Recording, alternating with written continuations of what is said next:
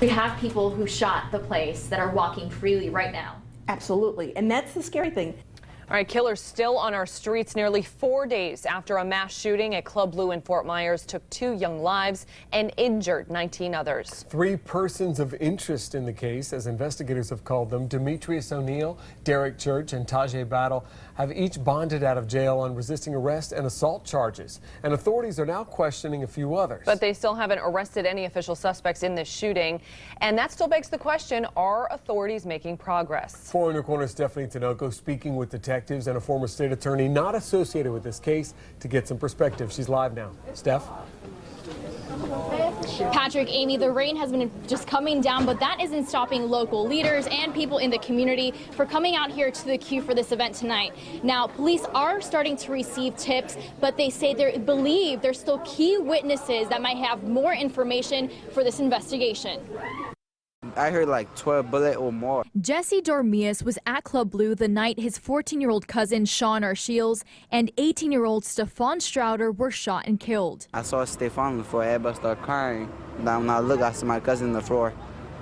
But I didn't know how much bullet he had. I thought he only had 1 bullet, but they say he got more than 7. Jesse says he doesn't know why bullets started flying, but says someone at the party knew shots would be fired that night. The party was supposed to finish at 1:20, but everybody started leaving at 12:30. And like some people knew they was gonna shoot, but they never told nobody. Former state attorney Joe D'Alessandro says if there isn't enough physical evidence to tie someone to the scene of the crime, there's only one way to move this case forward. You have to rely on witnesses. Getting witnesses to come forward isn't easy, and Trish Rout with Crime Stoppers says that makes it hard to build a case. We have people who shot the place that are walking freely right now. Absolutely, and that's the scary thing. They're still out there. If they could do that on Monday morning, they could do that again. So I asked her questions on many people's minds. Could it have been a cultural feud? Don't know. Again, that's one of the many questions that we have. Were there signs that this started off from social media? Again, questions that we're still looking into. Crime Stoppers is still looking for tips in the ZombieCon shooting and the shooting of 5-year-old Andrew Faust. So I asked if the lack of tips could turn this case cold.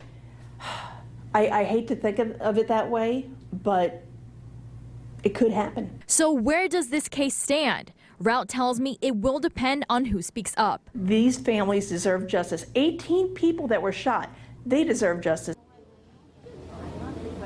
And as you can see, there's people that are starting to arrive here at the queue. This is going to take place rain or shine. Now, police say that they're asking the public, anyone with videos or pictures that we're taking inside or outside of the club, to just submit it to police because it could help with this investigation. And you can call Crime Stoppers. That number is 1-800-780-TIPS. Reporting live in Fort Myers, Stephanie Tinoco, Fox 4. In your corner. All right, thank you, Stephanie. Meanwhile, the family of the 18-year-old killed in that shooting officially filed a wrongful death lawsuit against both Club Blue and the Plaza. The family of Stefan Strouder, a basketball star at Lehigh Senior High School, is looking for $15,000 in damages. The family claims the club did not hire adequate security for Sunday's teen party, and the family planned to file suit if they couldn't reach an out-of-court settlement, which did not happen. Meanwhile, the family of Sean Arshiels, who was also killed, a 14-year-old student at Royal Palm Exceptional Center, also hiring legal representation, but they have yet to formally press charges.